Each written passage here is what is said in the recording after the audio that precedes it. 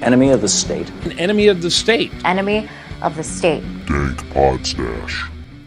You're listening to Enemy of the State's Dank Podstash. The Podstash is available on YouTube, SoundCloud, and everywhere else podcasts are found. Let us know where you want to listen, and we'll release there as well. If you want to help us improve the podcast, check out our shops at blackmarketmemes.threadless.com and dankpodstash.threadless.com. Links will be provided. Anything you buy helps us make the Podstash better. Business owners and creators, advertise on the Dank Podstash. Reach a larger audience, make more sales. Email us at dankpodstash@gmail.com for details. Washington State listeners, please check out Washington State Anarchists and Libertarians Facebook group. Help us expand the Agora face to face.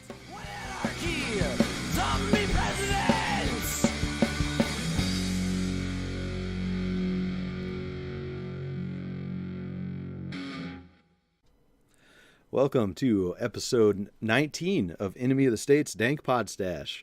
I'm your host, Nick, and I'm here with my co-host, David, as usual. What's going on, man? Not a lot. Just here talking with you. Mm-hmm. There's been some deaths recently. People in the quote-unquote movement, the freedom movement, whatever you want to call it. Yeah, down in Acapulco. Yep.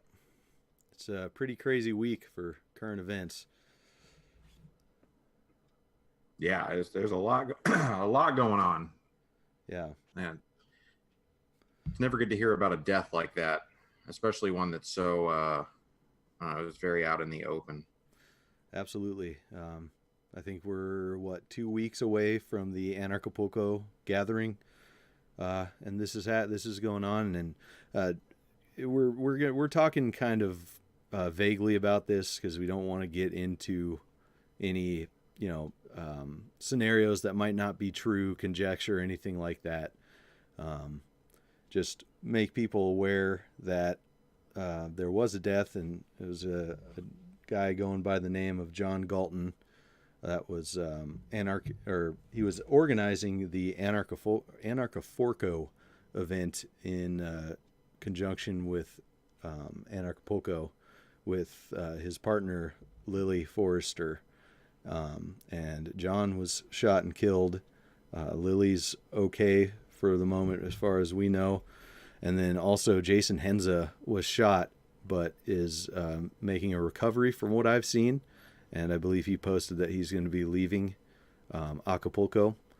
I think we mainly just wanted to bring this up because there's an opportunity to help Lily. And we'll post... I believe she has Bitcoin and PayPal donations opened up, which she's going to need for safety and taking care of everything that she needs to take care of down there. So I'll add those to the show notes and to post on Facebook and all that. If anybody is interested in helping her out in this really difficult time. And also, John's mother has a fund for getting his body returned to the U.S., for funeral preparations and stuff like that. So I'll post that PayPal link as well, and I'm sure everyone involved could really use the help and would really appreciate any little bit that everyone's able to chip in. It's one of the it's just a good opportunity to help out people in the community and help out people in general that I hope everyone will be open to. Yeah, I'd like to add that I don't think it has anything necessarily to do with the event Acapulco.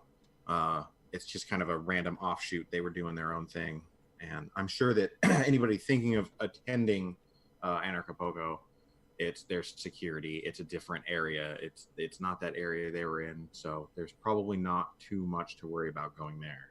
Yeah, just anything that you would worry about going to the event in the first place. Safety first when traveling abroad always. That's just common sense. Everybody knows. Definitely not to take anything away from Acapulco. From what I understand as well, it's completely separate events, nothing having to do with the organized events of Acapulco or Acapulco going on. So, yeah, we'll post the links if anyone finds it in their hearts to donate and help Lily and John's mother out with anything they need help with in these rough times. Yeah. Also in recent news, the whole no-knock raid and that police union guy. You know, you got the quote. What is the quote from that police union guy? Right. So this was the no-knock raid in Houston, I believe. At least the guy's name is Joe Gamaldi. He's the Houston Police Department union president.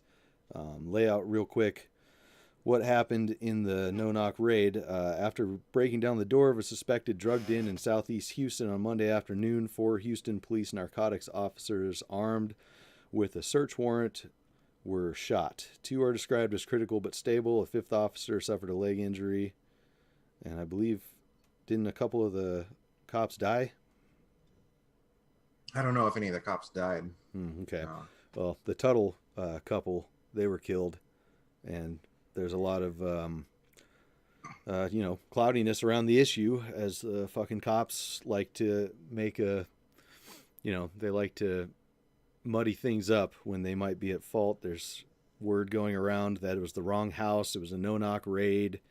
They didn't find any of the drugs that they thought they were going to find. I believe the statement was a little bit of cannabis and a white powdery substance that they haven't even confirmed is a drug. I believe they were going after a heroin cache. But yeah, just the usual police fuck-ups. But yeah, so Gamaldi got on, a press conference and said, we're sick and tired of having targets on our backs. We're sick and tired of having dirtbags trying to take our lives when all we're trying to do is protect this community and our family. So that's one hit on the bullshit button. And then the ones that are out there spreading the rhetoric that police officers are the enemy, just know we've got your number. So now he's saying that he's watching people's free speech. If they have something bad to say about cops, they're watching you, he says. I say fucking bring it on. And I believe I've seen further that he said he's monitoring social media, but of course that's not in the article. It was hard to find a mainstream article saying anything to make them look bad in any way. I believe the best article I've found by Reason Magazine, or I guess Reason.com, I don't know if that's necessarily a magazine anymore, is called "Did the Couple Killed by Houston Narcs Know Who the Armed Intruders Were?" And that one goes into details about how the police chief, Art Acevedo, seems to think cops cannot be shot in self-defense. And he is fucking wrong. So that's just another shitty story. 2 unnecessary deaths of people defending, their home, their lives against something they didn't know. People busting in, no-knock raid, not announcing that they're police, and so rightfully they open fire on them. Yeah, I mean, you break into a place, they make no mistake. They broke in there, and you break into a place in plain clothes. What do you expect is going to happen? Even if you're yelling that you're the police, I wouldn't believe that somebody breaking in like that was the police. Nope. No way. People impersonate cops all the time, especially in bad areas and stuff having to do with drugs, to try to gain access, get whatever they're getting after. Yeah, it's obscene. And then they have that guy, I'm tired of the targets painted on our backs. Well, why have you painted a target on every innocent citizen or whatever? You've painted a target on everyone's back with that statement. And you want to whine about people defending themselves? Yeah. Like, nobody targeted those police. Those police targeted those people. And then there were consequences. Yeah. And rightful consequences from what it looks like. Even if it was, a knock raid, they had knocked and presented a warrant and then came in busting in like that, I think it's warranted to still defend yourself, because as we know, possession, distribution, anything like that, that's not even a crime. It's a crime to the state, but in reality, it's not a crime. Yeah. I don't understand it. And I don't get how suddenly now with the no-knock raids and, intervention like that, suddenly it's just acceptable to almost immediately open fire once you come into the house. Like, oh, a dog barked, kill the dog. Anybody moved, shoot them. That's, it seems very recent that it's become so commonplace that that's just, their standard operating procedure is to come in and open fire. Yeah, well, as we know, there are a bunch of pussies that want to go home and not do what, I hesitate to even say it, but they don't want to do the job that they supposedly signed up for, even though we know better. They didn't sign up to keep people safe, even if they've been brainwashed into thinking so. They're more interested in, the drug war because it makes money for the police, for the government and whatnot, and not getting fucked up along the way. Yeah. They're definitely not heroes at all. No. Yep. So that's two. Go ahead. I was just going to say, is there anything else in recent events you want to cover? Well, there's pretty much all recent events are revolving around death in one way or another. Unfortunately, this last spicy week that we've been in, the other one that's extremely controversial in, I think, every circle of different thinkers is New York's late-term abortion bill that passed. And that's a real touchy one to tiptoe around. I'm not really interested in getting into that, especially not just you and me talking about it. But we have a couple of friends, some women that are willing to come on the show and share, their more valid take on what they think of the situation. And we really want to bring it around to how it relates to personal freedom. Yeah, my only thing that I want to say about that is that people really just need to read what it actually is. People are so reactionary about it, and they read a headline and then they just run with their opinion off of just that headline, and they don't actually delve into any of the like meat and potatoes of the bill or whatever it is. Sure. And I don't think it shouldn't be regulated one way or the other. And I'm astounded by the amount of people that I've seen online being angry that the government is quote unquote allowing people, that it's legal to do certain things. Like, you want it to be illegal, right? Even going past the legality from these people who are supposedly anti-government. I tried to have a reasonable conversation with one person who was advocating for hunting down and killing abortionists. oh yeah, that's right. Yeah, so that was quite disgusting. Claiming that the black market will provide, bounty hunters or a way to hire people to go out and find abortionists, or he even suggested that in a free market you could make a donation on top of your meal at Chick-fil-A towards a board of bounty hunters to hunt people like this down. So wrong on every count, not black market.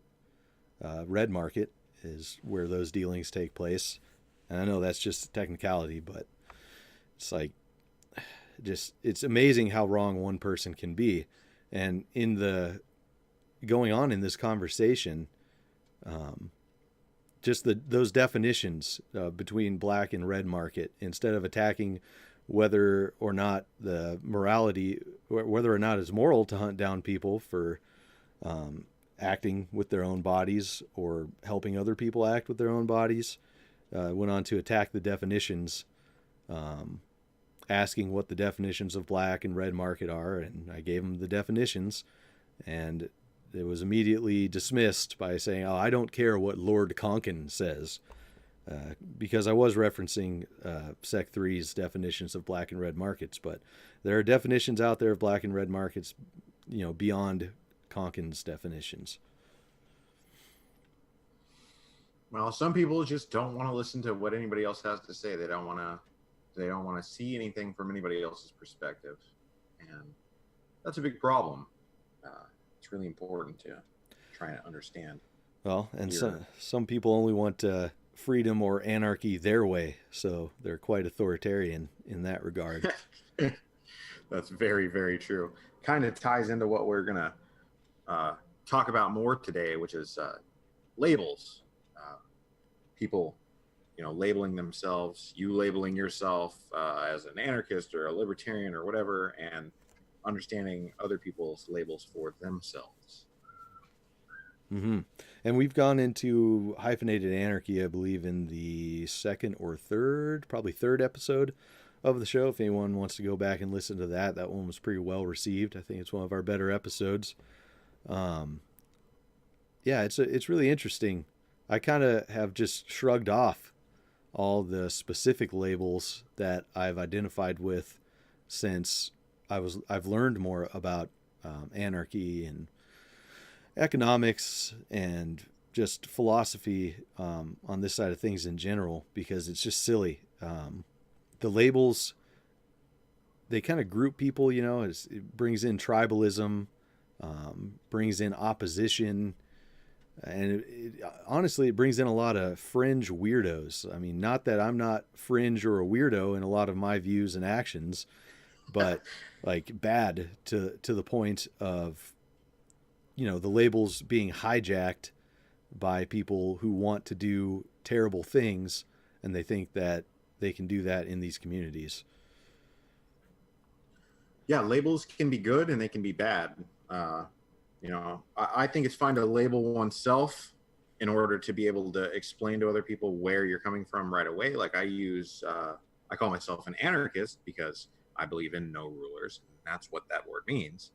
And I call myself an agorist because that is the method that I go about utilizing to get to,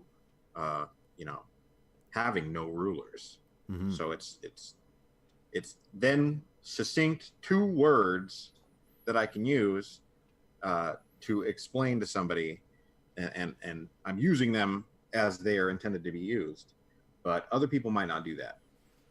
It's important to ask someone, like they may say they are an anarchist, but they may espouse opinions and viewpoints that aren't very anarchist, and they may, like the guy you spoke of, I'm sure he would call himself an anarchist, yet he was more than willing to deal out immediate judgment and death to someone based purely on his opinion. Yeah, absolutely. And, symbols, labels, they can be unifying in a positive way. It helps communication, obviously, to be able to have a symbol to, bring ideas together, philosophies together, just like the black flag of anarchy, things like that. Just the label of anarchist. And like you said, it's breaking down the philosophy that people have to know whether or not it's consistent. And that's even hard because there's different sects within anarchy that believe each other's philosophies are not coherent with the basic idea of anarchy. Yeah. And you're always running the risk for infiltration. You can look at anarcho-capitalists as an example of that, because I know a lot of ANCAPs that I have no problem with, that they use the term as anarcho-capitalist. They're an anarchist, and they like capitalism as that's their economic model, and I don't see anything wrong with that. Just like I don't necessarily see anything inherently wrong with the opposite side of that, with anarcho-communism. As long as it's voluntary, I'm fine with it. But with ANCAPs, they've been infiltrated, and same with ANCOMs with the tankies. They both sides have been infiltrated by people using that term and then pushing for things that term doesn't actually cover, like ANCAPs with the like more alt-right types and really authoritarian types, and ANCOMs with the tanky types that don't necessarily want what I would deem legitimate ANCOMs want. Sure. So, and then when you use that term, when you're like, well, I'm an ANCAP, immediately somebody thinks of the really negative people in that, because the negative people and the bad people, they usually have the loudest voice because they're the most boisterous. Yeah, and they get a lot of attention. Yeah, so you say you're an ANCAP, and you could mean it as I'm an anarchist that just prefers capitalism, and somebody talking to you could interpret it a completely different way and be like, oh, you're probably one of those confused people who want a border and whatever else and wants to throw everybody out of helicopters if they disagree. Yeah, you'll get lumped in with Liberty Hangout and old ramen hair.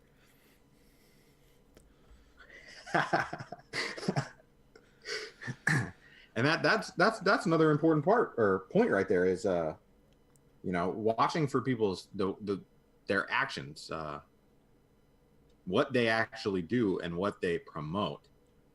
Because you can call yourself like Liberty Hangout, you can call yourself a libertarian all you want, but when you're like, real libertarians vote Republican, and then you're calling for border walls and saying that this president is the most libertarian president, like your actions are showing that you're not really what you're calling yourself.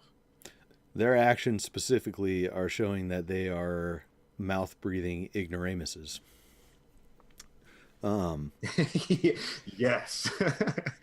And what you said earlier about ANCAPs and how that can be construed as I'm an ANCAP towards, the alt-righty, border, whatever, versus I'm an anarchist who thinks capitalism should be the preferred economic model. That's just, it's the way I find myself going. I'm an anarchist. I practice agorism, and especially after the last few episodes with Hody Johns and Jack Neeson, I don't think that there needs to be one economic model that everyone has to fall into. That's obviously, if they have to fall into it, it's not voluntary, it's authoritarian. And I think mixing a lot of different ideas can create a good result.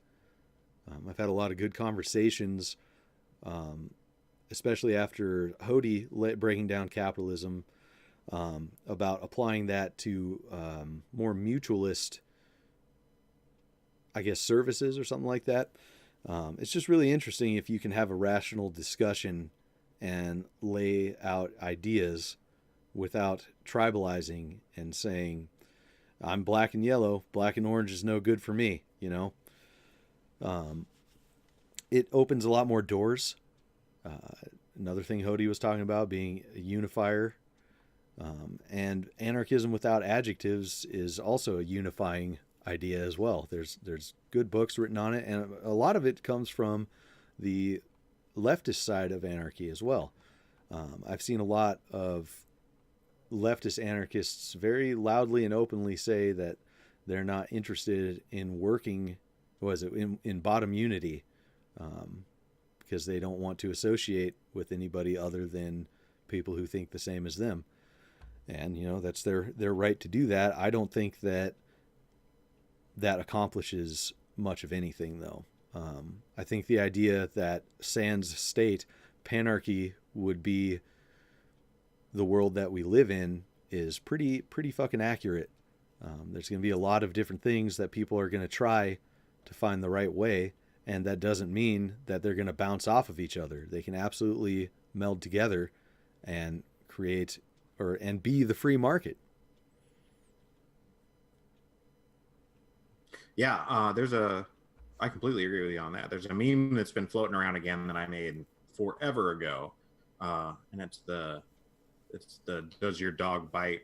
No, but it can hurt you in other ways meme template, and I put a quote on it that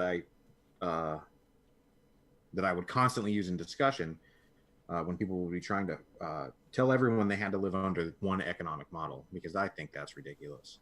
Mm-hmm. And it's post-state society will be inherently panarchist. To say there will be one economic model is to say you wish to control others' preferences. That's right. That's absolutely right. I mean, one model might beat out another, but forcing it to is what got us Sure. where we are now. Yeah, and it is interesting to me that people think that there should be. I get that, people will argue, well, that's not how the economy works. But I'd really like to discuss economics with those people, because I don't think they really know how economies work or markets work. Sure. To think that if you're gonna have some kind of, if you're gonna enforce a certain economic model, like, you have to enforce it. There has to be enforcement. There has to be some, and then it's going to end up being a state. People will go around and set up areas that they want to be in, with people that they want to associate with, and do their own thing. And not everybody has to agree with that, and that's fine. Absolutely. I was talking with my wife the other day, I think yesterday actually, about my ideas of mutualism and capitalism, and how I think they could possibly work together, or at least not necessarily together, but side by side in different scenarios. And one thing I've thought of, I've kind of come to the conclusion of, a lot of people say that, okay, I want to run my life this way. I want to live in this kind of community. And if you want to live in a community that disagrees with that and wants to do something else, that's fine. We'll live separately and not bother each other. Voluntary interactions. Now, the problem that arises from that, I think, is, the whole power corrupts. Absolutely. If a community builds up bigger than another and builds up more resources, there's always the possibility that it's going to want to expand and take over and possibly dip its toes into the waters of authoritarianism and non-voluntary interactions. I think that's the thing that, in a panarchist society, people would have to be on guard for. I think the free market has built in, checks and guards for monopolies and things like that happening. It allows people to see that coming and do something about it, but it's something to be aware of. And yeah, it's just something to be aware of. Yeah, a lot of people say, panarchy will just lead to a bunch of competing states, and I don't understand how they don't look around and see the exact same thing currently, and except that the power is monopolized by these states and completely centralized. In a panarchist society, I would figure that there would be, any kind of post-state society, there would still be pockets of statism. There would still be little states all over the place, and they would probably expand, and they would probably have to be, dealt with. There would be negative encounters with those, in my opinion. I have no, necessarily proof to back any of that up. That's just an opinion.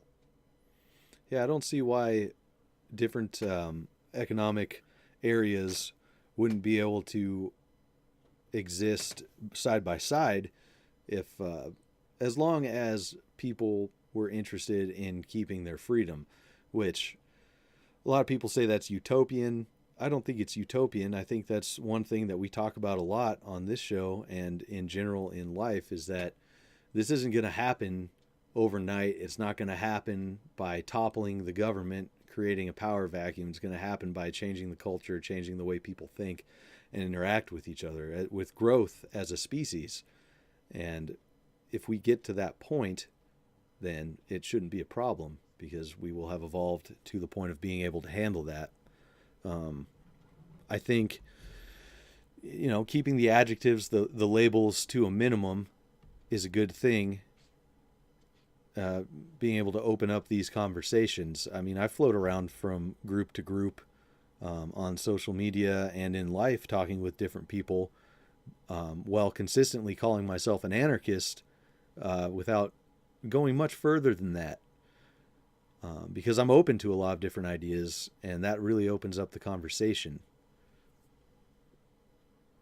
Yeah, definitely. I mean, if you start adding things to, to that, then people, there's negative connotations to some labels. And I mean, it's where do we draw the line with happiness with labels? Like, if everybody started calling themselves an anarchist, even though they weren't doing anarchist things, they were doing statist things, is that acceptable? I see constantly right now people calling themselves anarchists who are trying to like run for office or doing things that are just, completely can't find the word. Antithetical. Completely wrong. Yes, I got tongue tied there. Yeah. Yeah, I see it constantly. Not to play, the no true Scotsman, but people don't even really understand that fallacy. They think that it just means that you can't ever say that somebody is not something, and that is absolutely not what that fallacy means. Sure. Well, it goes back to the old saying, don't judge a book by its cover. You see somebody with one of the many different flavors of anarchy as their profile filter, or wearing a t-shirt on the street or anything like that, and you talk to them and then find out that what they're talking about doesn't exactly match up with the philosophy that they're projecting or anything like that. That's one reason to go sans labels, is because, well, I'm an anarchist, and then you have a conversation and you figure out what somebody's all about. And it even helps you figure out what you're all about. Because I definitely started from the ANCAP side of things, and as I learned more, I decided that wasn't the thing I wanted to be, and I just have kind of kept it open since then, and I've learned so much by being able to, like I said, float between different groups of people. And the thing that bugs me is the different groups of people and how opposed to each other they are when they all have the same goal of ending the state and finding that free market, finding that free world.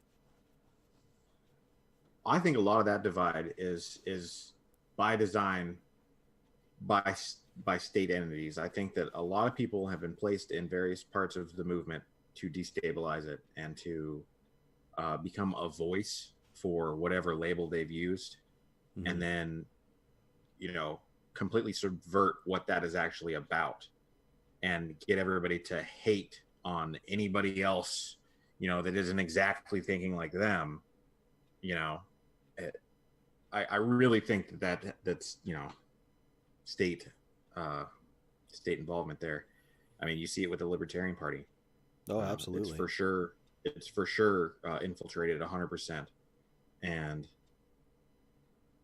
it has been like on record. You could in the damn Wikipedia, it says they really need to address the Koch brothers' involvement and all that, because that's a big red flag. Well, when there's people in the Libertarian Party endorsing Bill Weld, that's a big red flag. And there's even still people endorsing Kokesh after all of the different bullshit that he's done throughout the last few years to a lot of different people. It's coming out, and there's still people endorsing him. And if those aren't red flags and signs of infiltration, even if it's not state infiltration, it's people infiltrating to push their views and not freedom. And there's infiltration from other sides besides just the state as well. There's people that find these labels and they see a niche, however you fucking say that, to fill, to make some fucking money, which is exactly maybe not how Kokesh started, but definitely how he is now. And other people doing that within the party, within anarchy, all kinds of stuff. People starting websites. I can't remember the dude's name. I don't think it's even his name, but some asshole with the voluntarist V on his profile picture, talking about some, I can't remember specifically, but it was authoritarian stuff, probably borders, helicopters, that kind of shit. And it's like, why the fuck do you have that V on there? And I looked into a little further. He's got a website, a show, all this stuff, and he's just trying to hook in as many people as possible to see his stuff. Yeah, it's It's pretty sad, and most of those people are really obvious. Like you could spot them. I've been accused of it myself, which I think is funny, because I sell apparel, and I'm like, yeah, because I'm totally, coercing people to support me by buying these things that they voluntarily want to buy. And I'm definitely not in it for the money. That's for damn sure, because there ain't that much money. Well, that's just another example of how labels can be bad. They're labeling you as not an anarchist for an asinine reason that is not even anti, voluntary freedom, anarchy, whatever you want to call it. Since when can anarchists not sell things? I know there's people out there that say, pretty much word for word, this, doorknob said that if you're not living on the streets or off the grid, you're not an anarchist. It's like, what the fuck does that have to do with being an anarchist? And then turns around and tries to sell people ad money to sell ads to advertise on his page or scam people into giving him money to buy land in somewhere to start a commune. I know exactly who you're talking about. Yeah, that's hilarious. Fucking idiot, but he is. It's just another. He's writing those labels without actually. That guy, it's so obvious to me. That guy specifically, I will not say his name, but he flip flops. He moves around, and it's a common thing with people like that. They won't like root themselves. Some will, but mostly those types won't root themselves into one thing because they don't know exactly where they're going to get the biggest following and the most money from. That guy has been, in the little bit of time I was friends with him, he was like 5 different things. He was calling himself an anarchist, and he was a libertarian, then he was this, then he was that, and then he was nothing, and then he's something. It was absurd. Antifa. And the entire time, and the entire time, he wanted to join the military. Yeah, that too. What the fuck? But the entire time, throughout, the only common thread throughout all of it was he was asking for money, and not even like trying to provide any kind of service or product or anything, but just basically begging for money. Yeah, it's a perfect illustration, hopping from label to label to use them to bring people in to scam people, versus going without labeling yourself, to the nth degree, to keep an open mind and an open philosophy to learn. Yeah, people get triggered and upset by the strangest things. I saw the other day, there was a red anarchist symbol. Somebody painted a red anarchist symbol, and it was immediately interpreted, because it was red, as communist. Sure. And I'm like, because it's red, that color upset you, and now you've decided whoever did this, because they used red, that person is now a communist. Right. I mean, it may have even started that way. I'm pretty sure, the red started as the communist part, but it's become a pop culture symbol, the red A. It's everywhere. There's a fucking tattoo shop in town here called, I think it's called All About Tattoos in Spokane, that the A in All About is that classic, slapped paint on red anarchy symbol. And I was driving by that the other day when I was in town, and I wanted to go in there and be like, and ask them if they were anarchists. I thought that was interesting. It'd be pretty cool if they were, but it looks like, just trying to be edgy to draw things in. But I don't want to slander them if they are. I'll have to go in there and talk to them sometime, because I'm sure that they wouldn't even know. They'd be like, yeah, that's like the popular anarchy symbol color, right? Yeah. Ooh, anarchy. What is that? Tattoos and anarchy, bro. Usually when I see somebody on the street with an anarchy symbol shirt or any kind of anarchy symbol, and I ask them about it, they're just like, huh? Oh yeah, anarchy, man. I'm like, oh, okay. Yeah. Yeah. A guy I worked with, actually, and it's crazy how, I mean, I guess it's not crazy since we're talking about labels and symbols and stuff like that, but all these things are just popping up in my head about how the symbols are pretty much bullshit when they're put out there in certain ways. But as a guy I worked with who's in the Air Force, who said, oh yeah, I was an anarchist when I was younger, and I got in trouble while I was in the Air Force for having the anarchy A symbol on my helmet. And I was like, why did you have an anarchy symbol on your helmet while you were in the military? Like, what does that even mean? And he's like, I don't know. I grew out of it. It's something I thought when I was younger too. I was just like, I don't think you know what anarchy is, man. And Right. I had an interesting conversation because I believe he was associating it with chaos, that a lot of people associate it with anarchy and chaos. And I had an interesting conversation about that the other day, where that's not necessarily a bad thing. Chaos isn't necessarily a bad thing when put into the context of chaos versus the authoritarian order now. Chaos, I don't think, is necessarily this giant disruptive force versus just a very open force in many different directions. Without chaos, the universe itself wouldn't exist. Yeah, exactly. You could look at a panarchist society free of government as chaos. It's a bunch of different swirling ideas moving all over the place and bouncing off each other, meshing, going side by side. And it can even include any of the violence, because the violence isn't going to go away. People hurting each other, stealing from each other, anything like that. None of that's going to go away. And that's just a part of life. It's part of chaos. It's part of all that. What is that quote that anarchy is not a guarantee that no one will do bad things or violent things, but government is pretty much a guarantee that one group of people will be. I can't think of the exact. No, you're right. Yeah, anarchy is not a guarantee that there won't be violence or theft or anything like that, but government is a guarantee that those things will continue. Yeah, that's what it was. Yeah, government is the opposite of chaos. It may create chaos in certain areas and all kinds of different things, but it's a focused effort to remain in control and to exploit people. Yeah, government is control.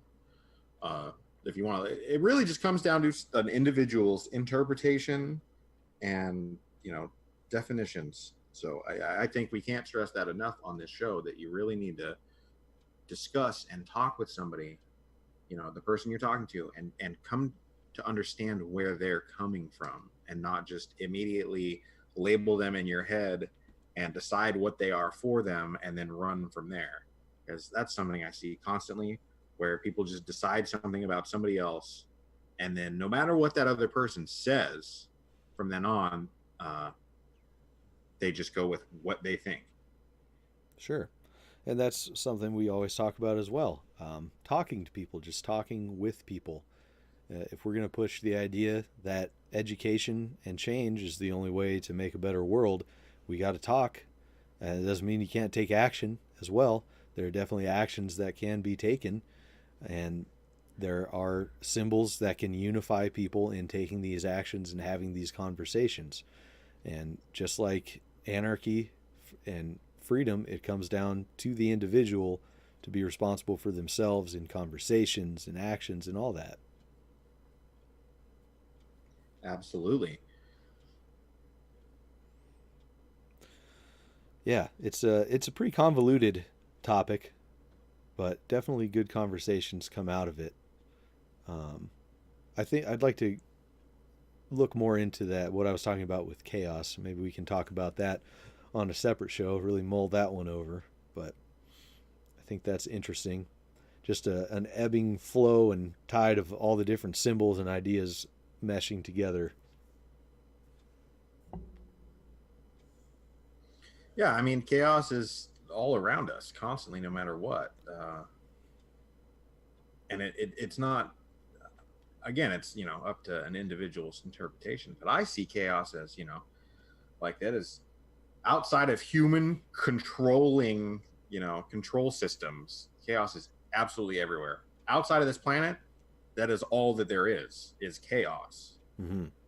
It's ordered chaos. Like the chaos is, as ordered itself. I don't want to say that term. That is a book that I don't like. Sure. Yeah, I know what you're saying. But Well, look Yeah, look at even the chaos of ideas that's out there within the anarchist community, and the little mini storms of chaos that happen when people clash trying to stop that chaos, versus when you look at yourself and go from there.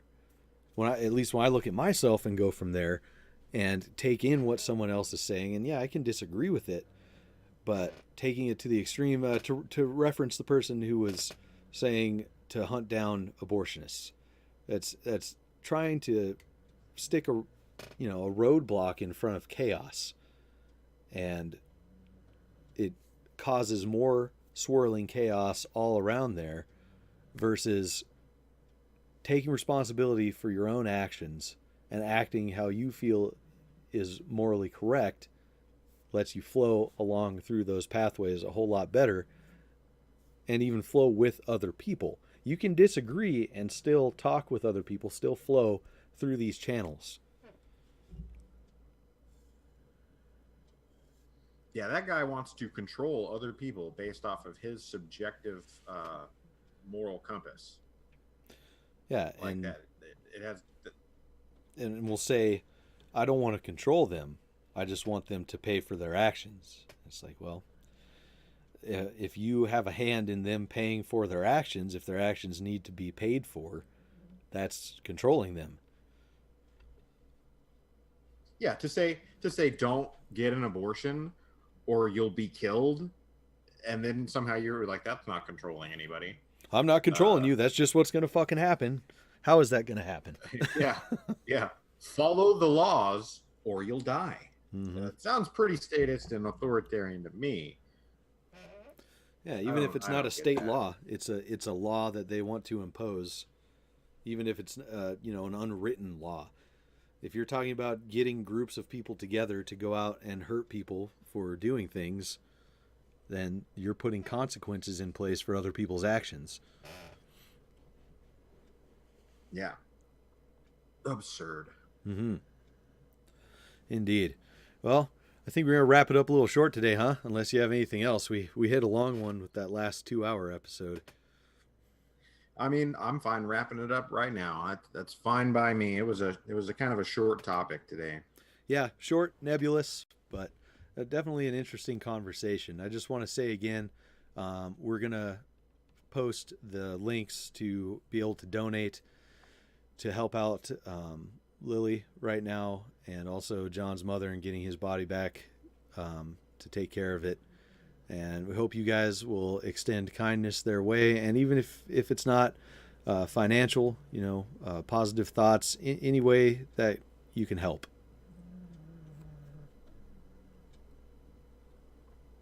Yeah, definitely. Please donate if you can help. Put your money where your mouth is. If you say you're a voluntarist, this is voluntary. Yep, and it's helping people out who did good things in the community as well. So, all right, man. Yeah. We'll get those up, and we'll see y'all next time.